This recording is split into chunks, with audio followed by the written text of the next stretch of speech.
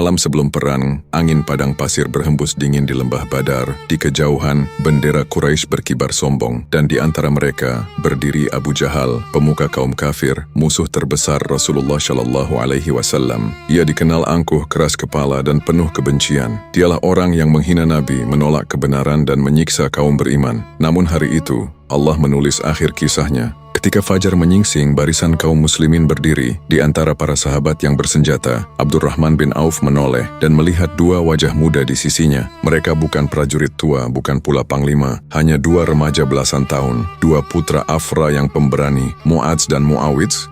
Namun di mata mereka, ada nyala iman yang tak bisa padam. Dengan nada rendah tapi tegas, salah satu dari mereka bertanya, "Wahai paman, tunjukkan padaku mana Abu Jahal itu." Abdurrahman menatapnya heran. "Untuk apa engkau mencarinya, wahai anak muda?" Lalu terdengar jawaban yang mengguncang hati. "Aku mendengar dia mencaci Rasulullah. Demi Allah, aku takkan tenang sampai aku membunuhnya." Yang satunya menimpali, "Kami tak rela Rasulullah dihina oleh musuh Allah itu."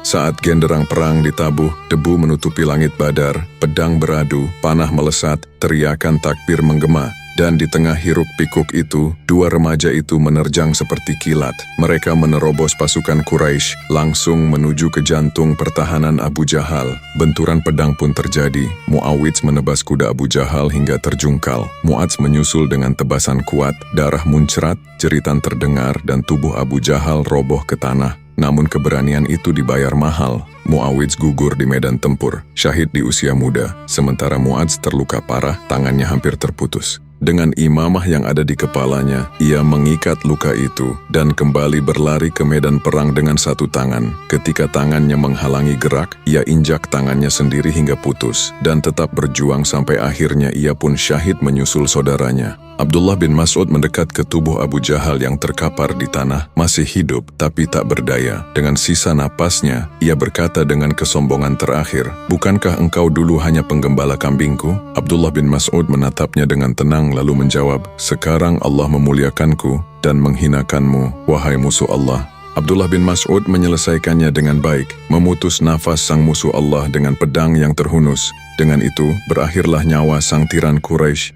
Ketika kabar itu sampai kepada Rasulullah, beliau menatap kepala Abu Jahal yang telah terpisah dari tubuhnya, lalu bersujud syukur seraya bersabda, "Inilah Fir'aun dari umat ini." Dua remaja muda yang mungkin diremehkan dunia menjadi sebab runtuhnya musuh terbesar Islam. Kisah ini mengajarkan, keberanian bukan karena umur, kemenangan bukan karena kekuatan, tapi karena keyakinan bahwa Allah bersama orang-orang yang beriman.